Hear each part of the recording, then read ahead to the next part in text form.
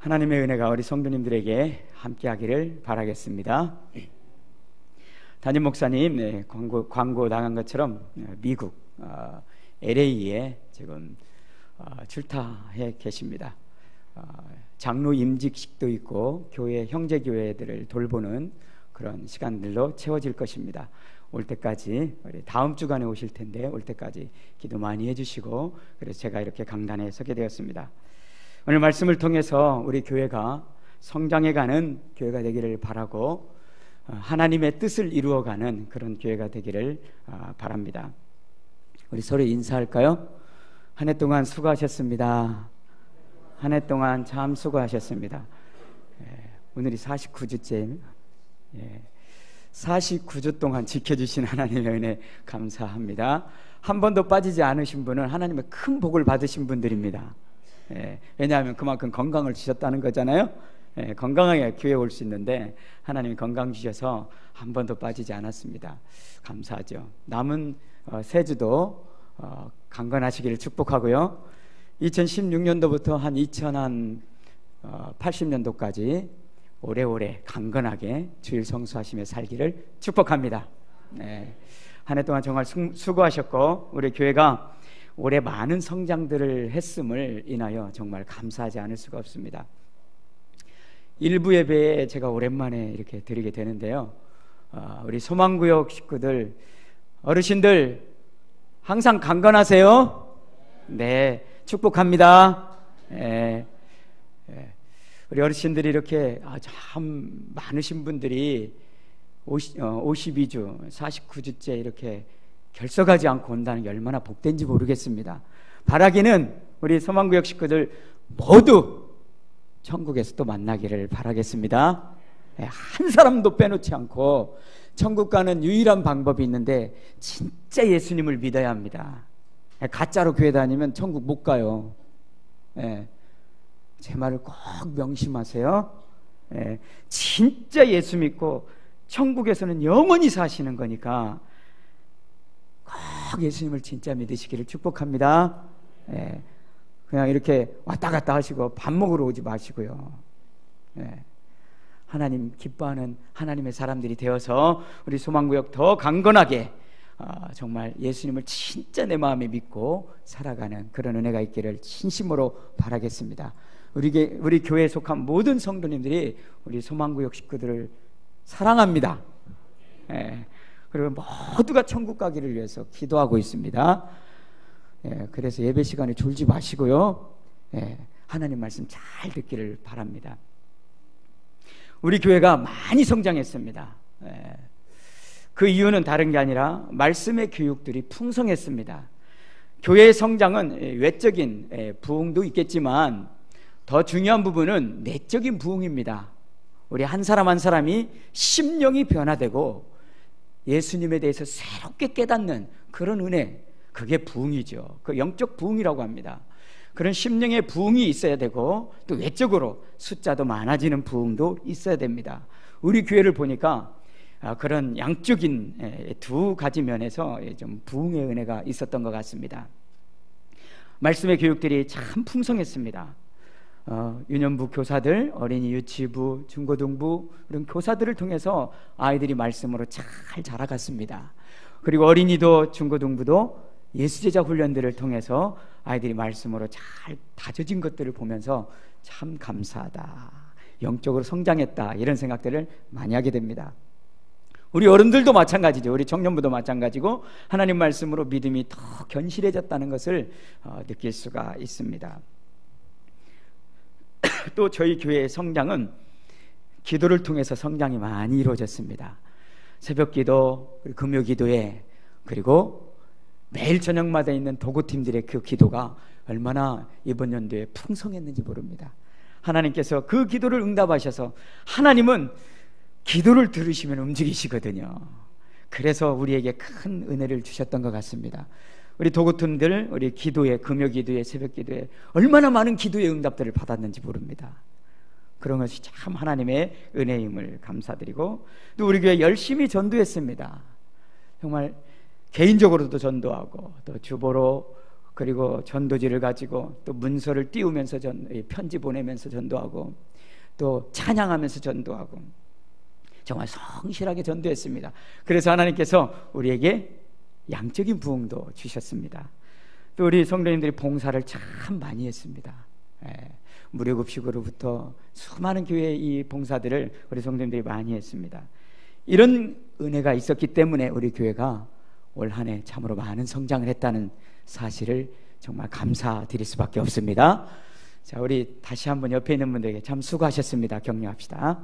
수고하셨습니다. 수고하셨습니다. 우리 소망구역 식구들 참 수고하셨습니다. 얼마나 힘들게 교회에 오셨습니까? 정말 수고하셨습니다. 자, 이렇게 성장해 가는 교회인데 오늘 제목도 성장해 가는 그리스도의 몸입니다. 그리스도의 몸이라고 하면 교회를 얘기합니다. 그래서 교회는 성장해 가는 겁니다. 내적으로 성장해 가고 또 외적으로도 성장해 가는 겁니다. 그래서 2016년도에도 우리 교회가 더 아름답게 성장하기를 바라는 마음으로 이 말씀을 같이 생각해 보려고 합니다.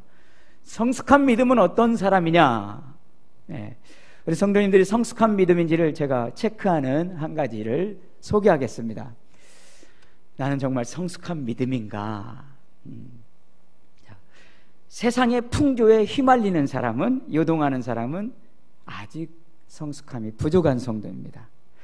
세상이 아무리 흔들어도 흔들리지 않는 성도가 성숙한 성도입니다. 어떻습니까? 성숙한 성도님들 맞죠? 네. 세상이 아무리 흔들어도 결코 안 흔들리죠? 네. 그런 믿음으로 사는 것이 중요하고 그게 바로 성숙한 믿음입니다. 자, 그런데 오늘 본문에 보니까 성숙한 믿음의 사람, 성숙한 교회가 되도록 하나님이 방법을 하나 주셨습니다. 너희들이 점점점 성숙한 믿음으로 살아야 될 텐데 교회가 그리스도에게까지 자라가야 되는데 그러기 위해서는 한 가지 방법이 있다라고 말씀을 알려주고 있습니다. 11절에 보니까 그가, 예수님이죠, 어떤 사람은 사도로, 어떤 사람은 선지자로, 어떤 사람은 복음 전하는 자로, 어떤 사람은 목사와 교사로 삼으셨다, 이렇게 말하고 있습니다. 근데 이분들을 왜 세우셨느냐? 우리 주님께서 왜 세우셨느냐? 교회를 세우시고 교회에 이런 사역자들을 왜 세우셨느냐? 12절에 말씀하고 있습니다. 이유는 성도를 온전하게 하려고 한다. 그러니까 성숙한 성도들이 되도록 도와주는 역할을 하는 사람으로 주님께서 이런 5가지 이런 직분자들을 세우셨다는 겁니다. 자, 우리 주님의 관심은 교회에 있습니다. 교회가 성장하고 교회가 하나님의 말씀을 전함으로 부흥하는 것을 우리 주님은 기대하고 바라고 있습니다. 이것을 위해서 우리 주님께서는 사도, 선지자, 복음 전하는 자, 목사, 교사를 세우셨습니다. 그래서 하나님의 말씀을 가르치는 사람들을 통해서 성도들이 신앙이 성장해 가는 겁니다. 성숙해 가는 겁니다. 자, 그래서 우리 주님께서 신앙의 성숙을 위해서 주신 장치, 그것은 바로 말씀 사역자들을 통해서 말씀을 가르침으로 그 말씀이 신앙을 성숙해 한다는 그 방법을 우리에게 알려주고 있는 것입니다. 골로새서 1장 28절에는 이런 말씀이 있습니다. 우리가 그를 전파하여 각 사람을 권하고 모든 지혜로 각 사람을 가르침은 각 사람을 그리스도 안에서 완전한 자로 세우려 합니다. 이렇게 말하고 있습니다. 완전한 사람이 누구냐? 온전한 사람이 누구냐? 바로 말씀의 가르침을 받고 그 말씀대로 순종하는 성도가 온전한 사람입니다. 다른 게 온전한 사람이 아닙니다. 오늘 12절에 보니까 이는 성도를 온전하게 하여 말씀 가르침을 받음으로 성도가 온전해집니다. 그래서 하는 일이 봉사의 일을 하는 거예요. 그래서 그리스도의 몸 교회를 잘 세워가는 겁니다. 사랑하는 성도 여러분, 말씀 사역자들을 통해서 말씀의 가르침을 받을 때 우리는 온전해질 수 있습니다. 그걸 기억하시면서 말씀 배우는 일을 사모해야겠습니다. 우리 소망구역 식구들 말씀 배우는 시간 있죠? 있습니까? 예, 우리 교사들이 세워져 있고 또 우리 시작 전에 하나님 말씀 우리 전해주시잖아요. 그때 말씀을 잘 배우셔야 믿음이 자라는 겁니다. 예, 믿음이 자라나야 성숙한 신앙인으로서 멋진 노년을 보낼 수가 있는 겁니다. 예. 밥만 먹고 사는 사람이 아니잖아요, 우리가. 그죠? 우리 모두는 하나님의 영의 양식을 먹으면서 신앙이 자라고 육의 양식도 먹으면서 강건하게 살아가야 되는 거예요. 그래서 영육 간에 강건한 사람이 되어야 되는 겁니다. 하나님의 말씀을 배우는 일을 사모해야 됩니다. 그런데 하나님의 말씀을 배우는 일이 중요하다는 얘기를 하면서 13절에 이런 말씀을 하고 있습니다. 우리가 다 하나님의 아들을 믿는 것과 아는 일에 하나가 되어 온전한 사람을 이루어. 아까 온전한 사람을 이룬다고 했는데 여기 보니까 하나님의 아들을 믿는 것과 아는 일에 우리가 하나가 돼야 된다, 이렇게 말씀하고 있습니다.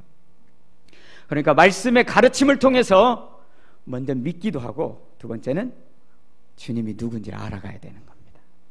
이 아는 일이 굉장히 중요한 부분이에요. 우리 성도님들 주님 아세요? 예. 우리 주님이 어떤 분인지 아는 것이 우리의 신앙의 아주 중요한 부분이에요. 어떤 분은 예수님이 누군지 모르고 교회 와 다녀요. 우리 며느리의 아버지 아니요? 뭐 이렇게 말해요. 우리 며느리의 아버지라고던데. 예, 그렇게 말하는 분이 있어요. 나하고는 관계없는 하나님, 나하고 관계없는 예수님. 네. 나의 예수님, 내가 아는 예수님이 있어야 돼요.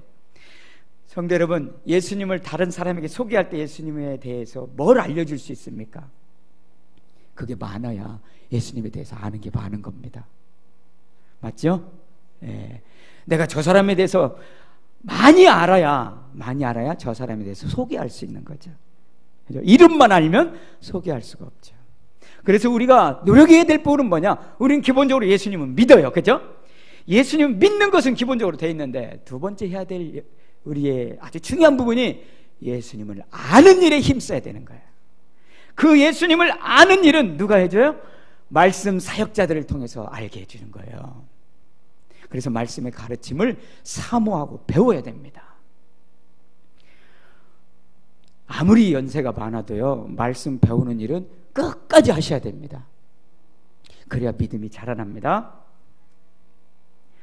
자, 그래서 목사와 교사를 세우셨어요. 자, 사도와 선지자는 이제 없어요. 예, 이 시대에는 사도와 선지자는 없어요. 옛날 당시 또 신약에 그 사도와 선지자들이 있었습니다. 그러나 지금은 사도적 사역을 하긴 하지만, 사도적 사역, 선지자적 사역은 하지만 그 초대교회 때 혹은 구약에 있었던 그 사도나 선지자는 지금은 없어요. 지금은 복음 전하는 자, 복음 전하는 자는 선교사를 의미하는 거거든요. 여기저기 왔다 갔다 하면서 외국에 나가서 선교하시는 분이에요. 그러니까 한 교회를 담당하는 분은 누구예요? 목사와 교사입니다. 목사와 교사를 통해서 말씀의 가르침을 받는 거예요. 이것을 기뻐해야 됩니다. 저희 교회는 감사하게도 예수제자 훈련이 있어가지고 말씀의 가르침이 풍성합니다. 그래서 제가 초반부에 뭐라고 말했습니까? 우리 교회가 올해 많이 성장했습니다. 그 이유는 말씀의 교육이 많이 있었기 때문이에요. 그 말씀의 교육을 받음으로 신앙이 성장해가는 거예요. 많이 깨닫는 거죠. 주님이 어떤 분인지를 많이 알게 되는 거죠. 알수록 주님에 대해서 소개할 것이 있고 믿음이 커지는 겁니다. 자, 만약에 예수님을 믿는 단계로 끝난다고 하면 어떤 신앙생활을 하냐면, 자, 믿는 것과 아는 것에 우리가 하나가 돼야 돼요. 열심을 내야 돼요. 근데 믿는 것으로 끝나면 구원은 받아요. 아멘이죠? 예수님 믿으면 구원은 받아요. 구원은 받는데 할 일을 못합니다. 한번 볼까요? 이제 예수님을 믿었어요. 이분 구원 받으신 분이에요. 이제 예수님 믿었는데 예수님에 대해서 아는 거, 말씀 가르침을 전혀 안 했어요. 교회만 왔다 갔다 해요. 믿음이 안 자라는 거예요. 그러면 믿는 단계에 머무르는 성도는 11조 할 생각을 안 합니다. 그렇죠? 11조가 왜 필요한지를 모르죠. 나도 먹고 살기 힘든데 무슨 11조야. 믿는 것으로 끝나면요, 11조에 대한 마음이 없는 거예요.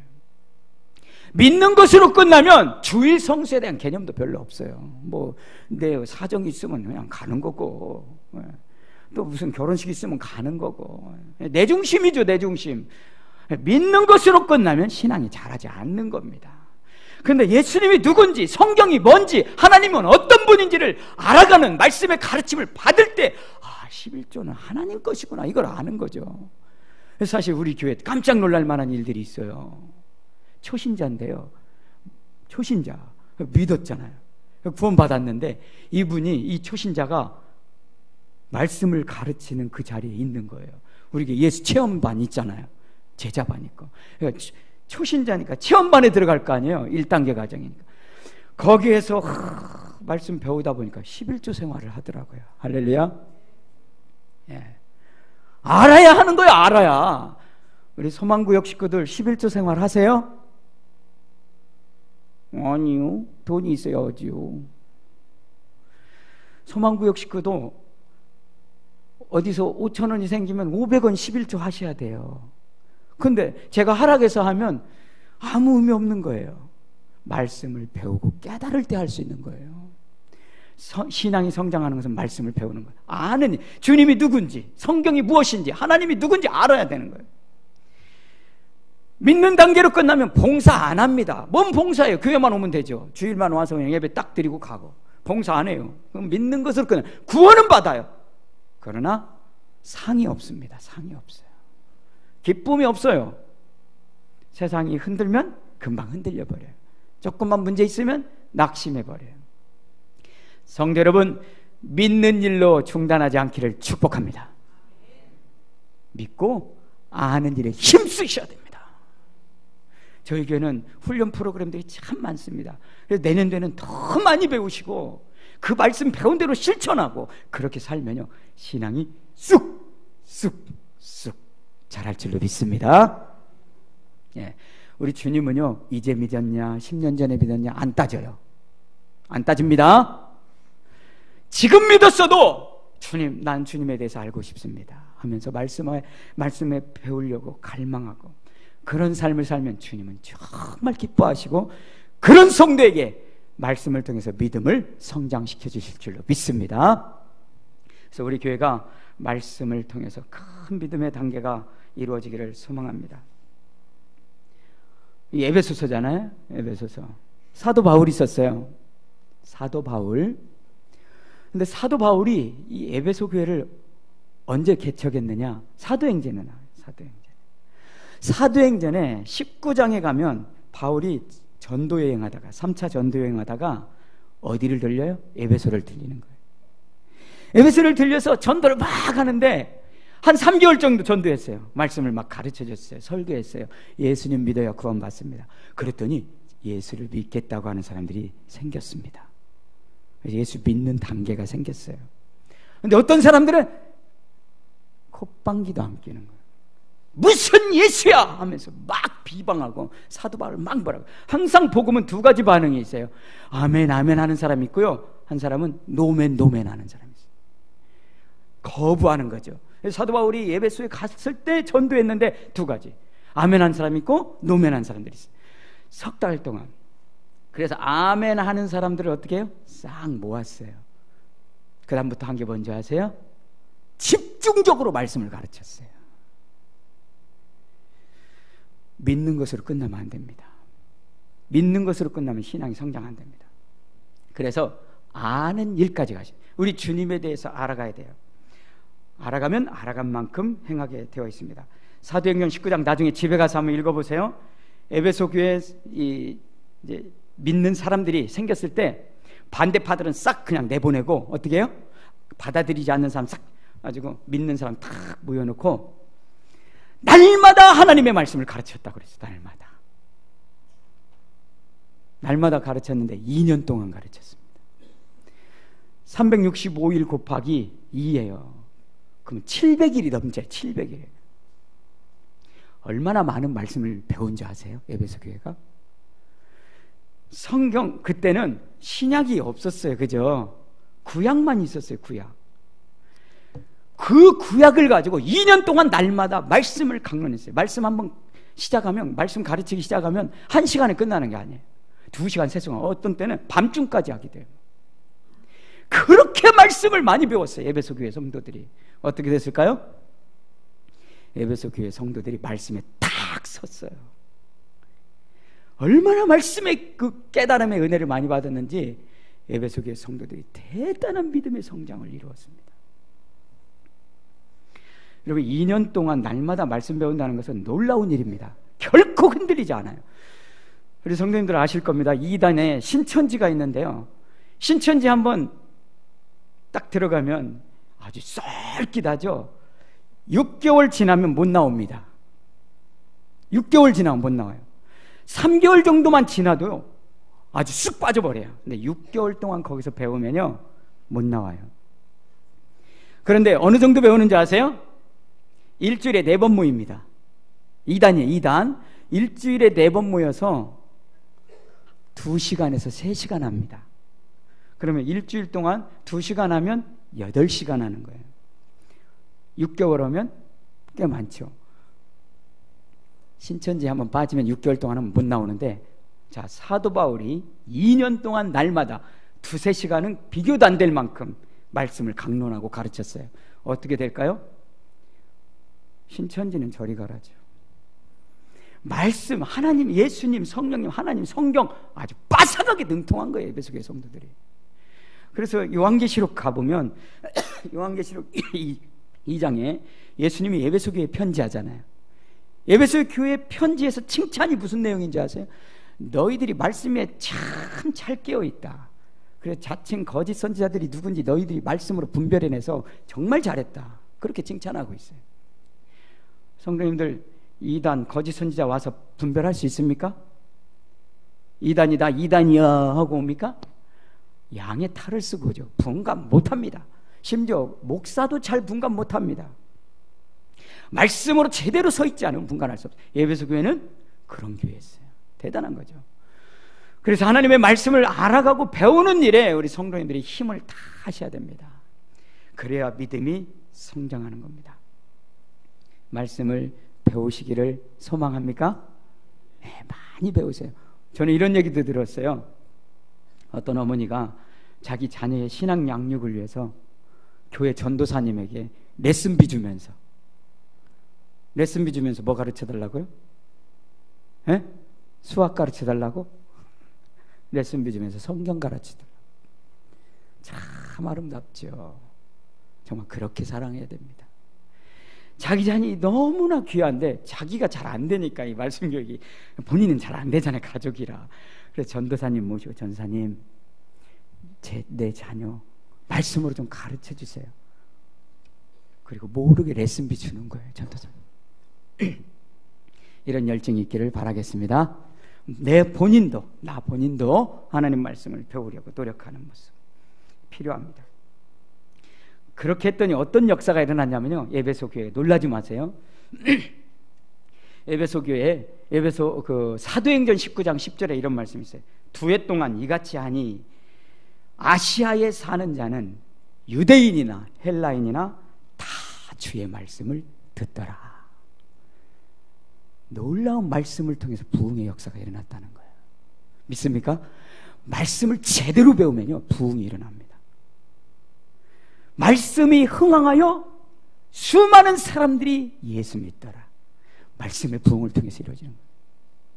그런데 더 놀라운 게 뭐냐면, 어찌 에베소에서 이런 큰 부흥이 일어났을까? 에베소가 어떤 도시인 줄 아세요? 2단의 도시입니다. 2단. 에베소의 아데미어, 아덴의 신전이 있습니다. 우상이 들끓습니다. 그곳에서 하나님의 말씀이 어떻게 했어요? 승리했다는 거예요. 말씀의 파워는요 대단합니다. 사랑하는 성도 여러분, 한 가지 권고합니다. 말씀을 배우실 때 머리로만 배우시면 안 됩니다. 그 말씀을 실천하셔야 돼요. 그래야 능력 있는 성도가 되는 거예요. 초대교회 성도들이 말씀 배우고 그 말씀대로 살았기 때문에 능력 있는 삶을 살았어요. 보세요, 초대교회 7 집사님들 성령과 지혜가 충만했죠. 사도들을 통해서 말씀을 얼마나 많이 배웠는지 몰라요. 날마다 성전에 모이기를 힘쓰고 사도들은 가르치기를 힘썼다고 그랬어요. 근데 그들이 배우고 머리에 끝났느냐? 그게 아니에요. 삶에서 실제 살았어요. 그랬더니 어떻게 해요? 놀라운 역동적인 능력들이 나타나는 거예요. 여러분 스데반 아시죠? 7 집사님 중에 한 분이에요. 평신도예요. 우리 집사님들이에요. 예. 물론 안수 집사님 격이죠 거기는. 근데 어떻게 해요? 그냥 교회만 왔다 갔다 하는 그런 집사님이 아니고 어떤 집사님이에요? 말씀을 능력 있게 전해요. 막 죽음을 두려워하지 않아요. 돌 맞아 죽으면서도 천사의 얼굴과 같아요. 우리 이런 집사님 돼야 되지 않습니까?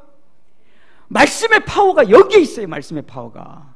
아유, 뭐 옛날에 다 배웠는데 뭐. 말씀의 능력을 경험하기를 축복합니다. 말씀은 얼마나 놀라운 힘이 있는지 모릅니다.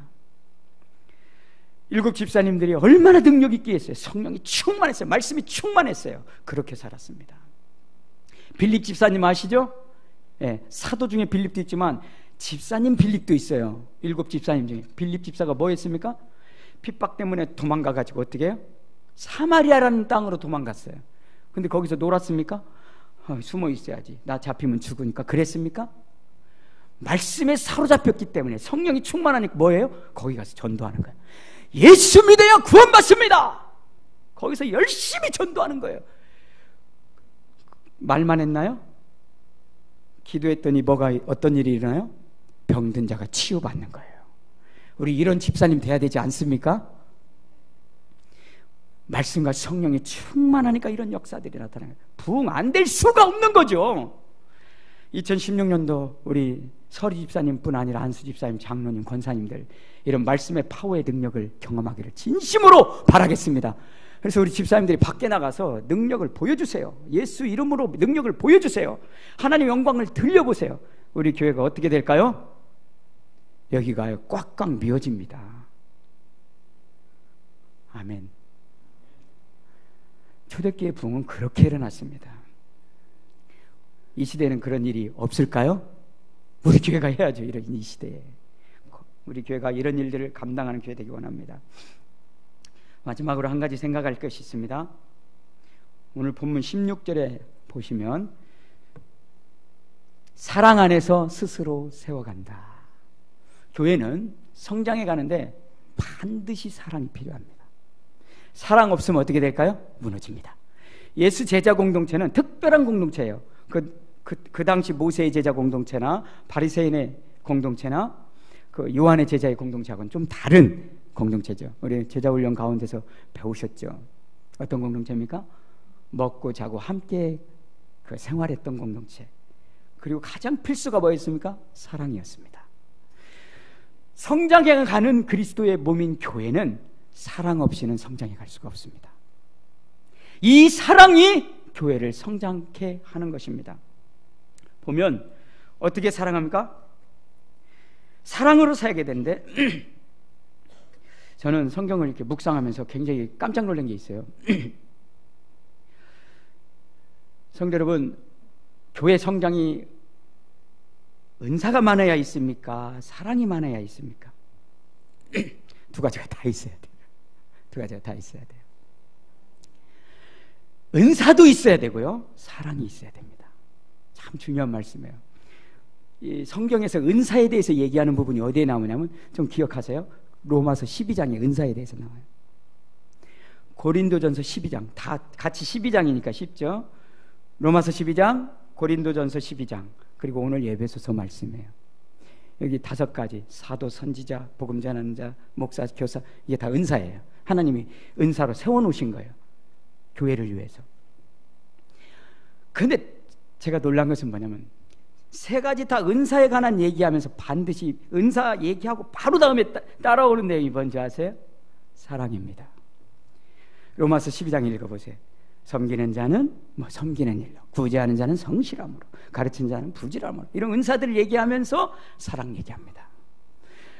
고린도전서 12장 보세요. 은사가 많죠. 방언의 은사, 예언의 은사, 친위의 은사 다 있는데 그 다음 뭔 얘기예요? 고린도전서 13장에 사랑 얘기합니다.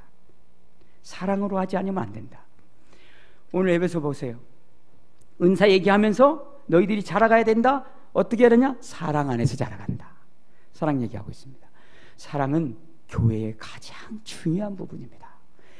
자, 여기서 범사에 그리스도의 분량까지 자라라겠는데 그리스도의 분량까지가 어디냐면 사랑입니다. 우리 주 예수 그리스도의 분량의 최고의 분량이 뭐냐? 사랑입니다.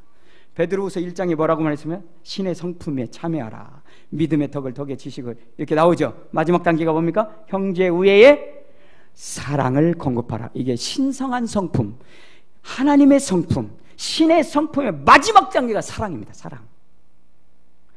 그래서 교회의 성장은 은사와 사랑이 함께 가야 돼요. 우리 하나님께서 은사를 왜 부어주셨습니까? 교회 부흥을 위해서 주신 거예요. 성장해가는 일을 위해서 은사를 주신 거예요. 그런데 이 은사를 잘 사용하라는 거예요. 뭘로? 사랑으로 사역하라는 거예요. 그래서 은사는 성령이 주시는 그 선물이잖아요. 그런데 꼭 붙어있는 게 뭐예요? 성령의 열매가 첫 번째가 뭡니까? 갈라디아서 5장 22절 사랑과 희락과 화평과 오래 참음과 자비와 양선과 충성과 온유와 절제. 성령의 열매 첫 번째가 사랑입니다. 자, 성령은 동일하시죠? 그렇죠? 은사는 다양하게 주는데 그 은사가 다양하게 하나 돼서 해야 될 유일한 방법은 뭐냐? 사랑부터 시작이라는 거예요. 성령의 열매예요. 그러니까 은사만 있으면 안 돼. 열매도 있어야 돼요. 사랑하는 성도는 하나님이 우리 성도님들에게 전부 은사들을 주셨습니다. 그 은사를 무엇으로 사역해야 되냐면 사랑으로 사역해야 됩니다. 신의 성품이라는 사실을 기억하면서 저는 이 말씀을 마지막으로 드리고 싶습니다. 여기 사랑은 뭐 이렇게 몽실몽실하나 나 너 참 좋아, 너도 나 좀 좋아해줘, 이런 사랑 아닙니까? 아닙니다. 이런 사랑 아닙니다. 한번 따라서 해보겠습니다. 사랑은, 좀 크게, 사랑은 지독한 고통이다. 이거 잊어버리시면 안 됩니다. 성경이 그걸 얘기하고 있는 거예요. 사랑은 지독한 고통입니다. 은사를 가지고 열심히 했는데 싸우기 시작했어요. 네가 크냐 내가 크냐. 왜 사랑의 방법을 해야 됩니까? 거기서 사랑이 나 너 좋아, 너 그게 아니죠. 자기를 죽이고 형제를 품어가는 게 사랑이야. 내가 잘났다 하고 싶지만 그거 절제하고.